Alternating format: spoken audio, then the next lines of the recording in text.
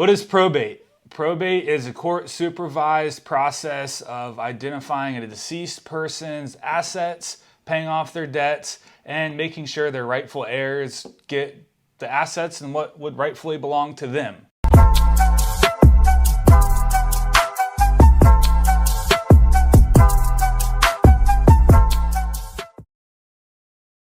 So we get it asked all the time, what is probate? What's the probate process? How long does it take? What does it entail? So we wanted to do a quick video today to kind of explain you an over-encompassing look into what probate is and what you need to know about it. Yep. My name's Tim Loomis. This is my business partner, Chris Shores. We're the owners of White Whale Real Estate here in New Smyrna Beach, Florida, and we are the owners of White Whale Real Estate. We are not attorneys. We're not here to give you legal advice, tell you how to set up a will, none of that stuff. A deed, anything. None of that stuff. We're not just attorneys. Here, not attorneys. We're just here to give you some information. So first things first, not all estates in Florida go through the probate process. So whether you have a bank account, an annuity, a 401k, if they have a joint ownership or a beneficiary, they don't typically need to go through probate. Generally speaking, there's about 3 ways that assets change hands in the state of Florida. One of those is going to be a joint ownership with the right of survivorship.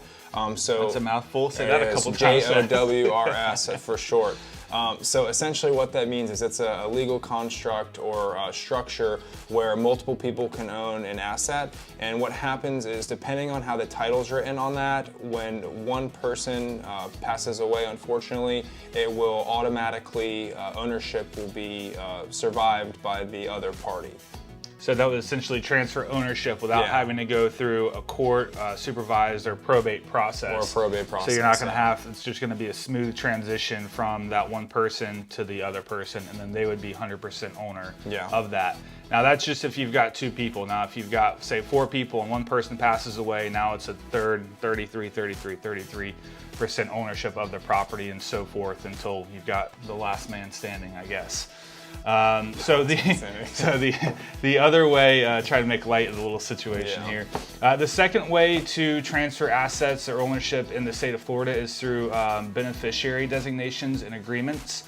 Really a good example of a beneficiary designation would be with your, say, bank account. So you'd basically set up an agreement between yourself and your financial institution that would basically say, upon my death, all my money would go to Tim, your cousin, your aunt, uncle, whoever it is that you feel is worthy of you know, your lifelong earnings. An important note to really consider, though, with the beneficiary designations is that these names can be different than what's on the actual will and trust, which are 2 separate entities, or I guess entities would be the right word. So that's why it's really important to make sure that you talk with an estate planner to make sure everything matches up and everything is coordinated and set up correctly. That way you're not having one thing going to one person and something else going to the other, and then that would then entail having to go back into the court system. So this is, setting these things up is allowing you to avoid having to be heavily involved in the court system and have long drawn out legal battles and things like that. So it's important, if you can, you know, just do the estate planning to just make sure you're kind of set up for success and make an easy transition for your heirs and successors. And then the third one would be probate. So basically, if you don't have an agreement or joint ownership of something, the final way to go through this would be going through a judge. That's the only other person that has the legal ability to determine where assets go when someone passes away. So they would obviously determine the creditors, who the rightful heirs are to it, and then ultimately how those items are distributed. Correct. So a little bit more into that, without actually going through the probate process, the heirs of the property are not able to legally convey, sell, or transfer that real estate property at all. So they'd have to have an attorney file an open court document, or, you know, open file within the court. They'd have to procedurally move all the, you know, go through with a fine-tooth comb essentially all the descendants' real estate property and other assets, and then they would determine where it all goes. And once that title is formally transferred over to the heirs, then they have the authority to then sell the property or whatever they'd like to do with it. But until that goes through probate, you're kind of stuck and you're not able to do it. Sometimes it could take, I mean, it could be within a month or so, and sometimes we've seen it drag out for much longer periods of time as well. So, and then I know we were talking about before we started the video about the husband and wife if they're not on the same. I know it's a tricky one that a lot of people end up getting themselves into, thinking that the husband's on the deed, and if he passes away, that automatically transfers to the wife. So that's what I meant, I think, when I said that it depends on how it's titled as far as joint ownership of joint ownership with right of survival. Right.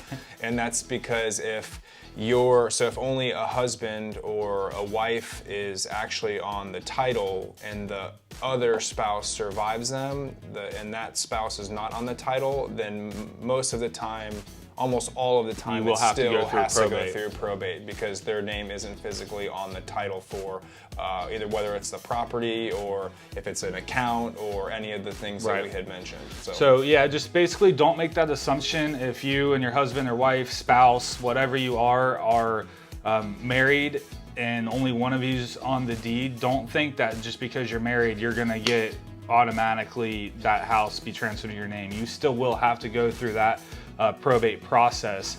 It should be a little bit smoother of a transition, but if they have previous relationships or kids and things like that, it could get sticky for you. So just make sure that, again, if you front load everything and take care of things ahead of time, that you'll have less headache, on the back end of it, for sure. So we do get that asked a lot, like Tim mentioned. How long does this process take? It really depends. It depends on how much things have been set up for. It could take 2 weeks, up to a year or so, especially with the COVID situation going on right now. Everything's slow. The court dockets are really filled up, it's just taking a little bit longer. The other thing, again, we're always saying make sure you get good help, good attorneys, good real estate agents. If there's a misfiling with this paperwork by you or your attorney or whoever is helping you with it, and it hits the judge, he's gonna automatically kick it back if there's any errors, and then you're gonna have to go in the very back of the line and wait and basically start the whole process over again. Make sure you do it right the first time and consult with the right people so that doesn't happen, because you don't wanna, let's say it takes a year, you don't wanna potentially a couple-month process to be pushed out for years, and because of little errors that could be avoided. And the other thing too is, the size of the, how many properties they have, just kind of the size of... the whole scope of it makes a big difference. Yeah, for sure. So anyway, we hope this video helped you out a little bit. It was a very brief kind of general overview of it, but overall there's 3 general ways to transfer assets in Florida. We had the mouthful of the word, the joint ownership with right of survival. Then you have the beneficiary designations, and then the third is probate.